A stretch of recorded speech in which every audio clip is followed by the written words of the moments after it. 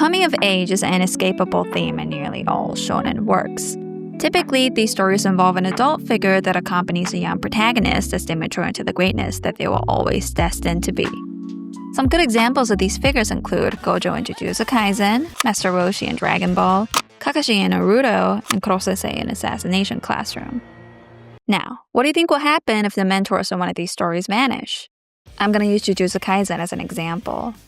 Imagine if this story had started without Gojo as a teacher.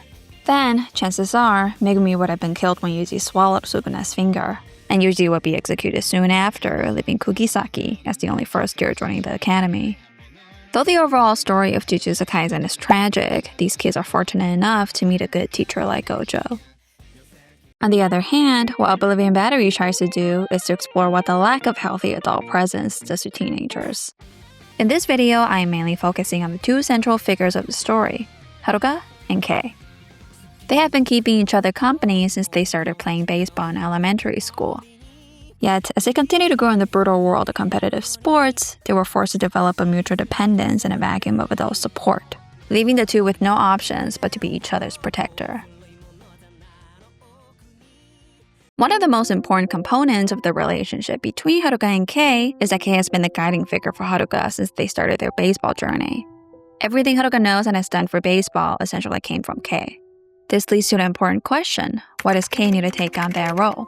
There must be a ton of adults who can better guide Haruka. But that is exactly where the problem is. It doesn't take a genius to see Haruka's talent, so adults flock to him like pigeons to bread. Few genuinely cared about his well-being. Most just wanted to have a say before Haruka blossomed into someone out of their reach. Each of these adults have their own thoughts on how a gifted child like Haruka should mold his skills and career. The advice, though sincere, is highly irresponsible.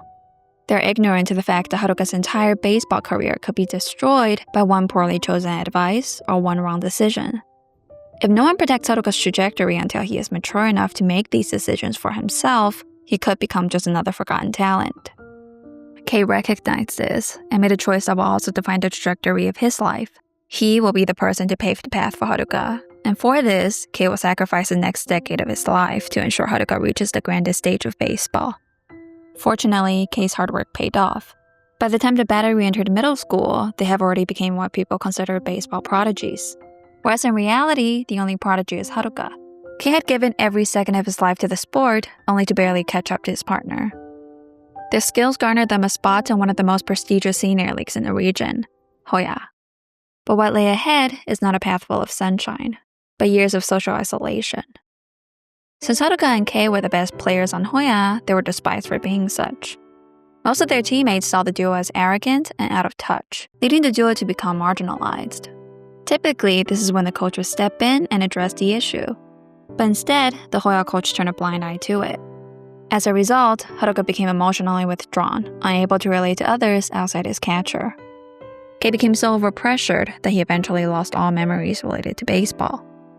Out of the two, Kei actually suffered an additional abuse that came from the coach. As much as Kei was recognized for his talent, it's undeniable that he still lived in the shadow of Haruka. So one of the things the Hoya coach often said to Kei was that if we win, it is to the credit of the pitcher. If we lose, it is to the fault of the catcher. For this reason, Kei constantly took the blame when Haruka's pitching was less than perfect. Kei's only sin seems to be that he had chosen to be the partner of a prodigy. This is not to say there hasn't been a reliable coach figure in the boys' lives. Iwasaki's coach, for example, is a genuinely caring coach. He will confiscate his player's phone after the team loses a major game so the boys will not have to face the media's criticism. Him wanting Haruka, Kei, Toro, and Chihaya to be on his team comes from his desire to protect young talent and not because he is not satisfied with his current team. Iwasaki's coach did try his best to recruit Haruka and Kei, but unfortunately, a coach like him came too late into the boys' lives. Not just the duo, Toro and Chihaya, too, had already shown clear signs of emotional scarring from previous coaching environments. But if there is one good thing that came out of all of this, it is that it led the boys meet each other. With what I have said, it may make Kei sound like a martyr. Let me be clear, he's not. Kei worked every second of his life for baseball, not just because he wanted Haruka to shine, but also to prove that he himself is no less exceptional. By the time the boys entered Hoya, Kei had come really close to that goal, just for another adult to sweep into his life and crush all his hard work into pieces. It seems Kei's entire baseball career is defined by adults failing him one after another. Though the story does not explicitly reveal the exact occasion that led to Kei's memory loss, it undeniably has to do with the prolonged psychological pressure, burnout, and emotional neglect. Haruka is also not in the dark about the sacrifices Kei has made for him. He has been trying to help Kei in his own way. The reason for him insisting on only wanting Kei to be his catcher is so that he can show the world that Kei is a player who is no less exceptional than himself. Until that goal is fulfilled, he will not consider anyone else as his catcher. Both boys are trying their best to help each other, but little did they know that it is exactly this desire that will ultimately lead to their tragedy. So in this story, Kei's amnesia is actually a blessing, a chance for the duo to collectively abandon their past and rewrite a better future.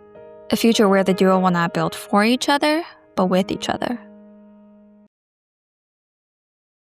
Hello, Potato here. Thank you all for making it to the end of this video. I love Oblivion Battery. I've said it before and I will say it countless times more. I love it. It is truly one of the best stories I've read in recent years. If you have watched the anime and have not read the manga, please go read it. It really takes reading the manga to understand Oblivion Battery's weight and gravity. In regards to the topic of adults, when I watched the first season, I didn't even acknowledge the lack of a coach for the Kotesashi team. To me, it seems the boys are perfectly fine to be left on their own. But I realize this is precisely what the series wants to criticize. When have we normalized leaving teenagers alone in a world that they're still trying to understand? Though the boys in the story proved themselves to be just as good without a coach, it is nevertheless heartbreaking that these kids are forced into maturity simply because no one was there to provide them just a little bit of protection along the way. Okay, that is it for now. Thanks again for making it to the end of this video. I'll see you in the next one. Bye!